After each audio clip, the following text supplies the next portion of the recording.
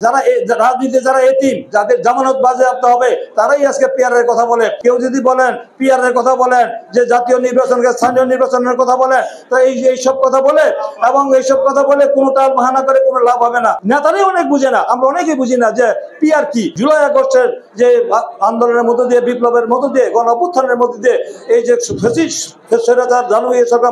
মানবীয় সরকার, মাফিয়া সরকার, জালিম সরকার, খুনি সরকার পতন হয়েছে এবং এই সরকারের যে আগামী দিনে এই যে বাংলাদেশে যে একটি অন্তর্বর্তীকালীন সরকার হয়েছে, সেই সরকারের অধীনে আবার একটি আমরা যে বিজয় হয়েছে, আমরা মুক্ত হয়েছি, আমাদের চূড়ান্ত বিজয় এখনো হয় নাই। গণতন্ত্রের চূড়ান্ত বিজয় অর্জন করার জন্য আগামী জাতীয় নির্বাচন যেটা হবে, যেটা গতকালকে পরশুদিন আমরা দেখেছেন যে বাংলাদেশের যে অন্তর্বর্তীকালীন সরকারের প্রধান উপদেষ্টা ডক্টর মোহাম্মদ ইউনূস, তিনি যে বক্তব্য রেখেছেন, তিনি যে বলেছেন ডিসেম্বরের মধ্যে সমস্ত নির্বাচনী কর্মকাণ্ড সফল করে নির্বাচন করার প্রস্তুতি নিতে হবে। এই নির্দেশের জন্য তাকে আমরা আজকে এই মিটিং থেকে, এই স্মরণ সভা থেকে আমরা এই অন্তর্বর্তীকালীন সরকারের প্রধানকে আমরা অভিনন্দন, ধন্যবাদ জানাচ্ছি। এই সভার মধ্যে আমরা চাই যে আগামী জানুয়ারির মধ্যে যেন, ফেব্রুয়ারির মধ্যে যেন যে ঘোষিত যে তারিখ যেটা ঘোষণা করা হবে, নির্বাচন তারিখ ঘোষণা করা হবে নির্বাচন কমিশনের পক্ষ থেকে, সেই নির্বাচনে হবে।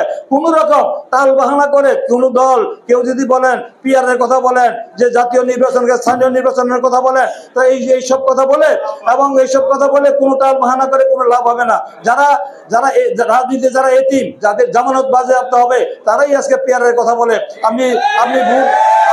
আপনি আপনার প্রিয় পছন্দের প্রার্থীকে ভোট দিতে পারবেন না, দল ঠিক করবে আপনাদের সেই কালচার বাংলাদেশের মানুষ এখন পৃথিবীতে অনেক বিতর্ক রয়েছে।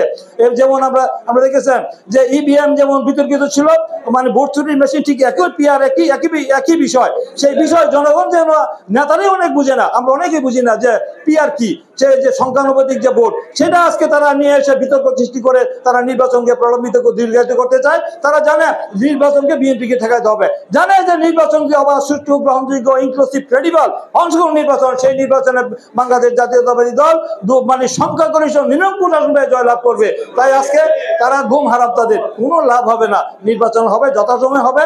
কোনো দল আসলো কি আসলো না, কোনো দল যে যেন কোনো নির্বাচন তারা চান না, আসবেন না, এসব কথা বলবেন। বাংলাদেশের মানুষ ভোট দেওয়ার জন্য, নির্বাচনের জন্য মুখিয়ে আছে। সমস্ত রাজনৈতিক দল চাচ্ছেন, অন্তর্বর্তীকালীন সরকার চাচ্ছেন। সমস্যাটা কোথায়?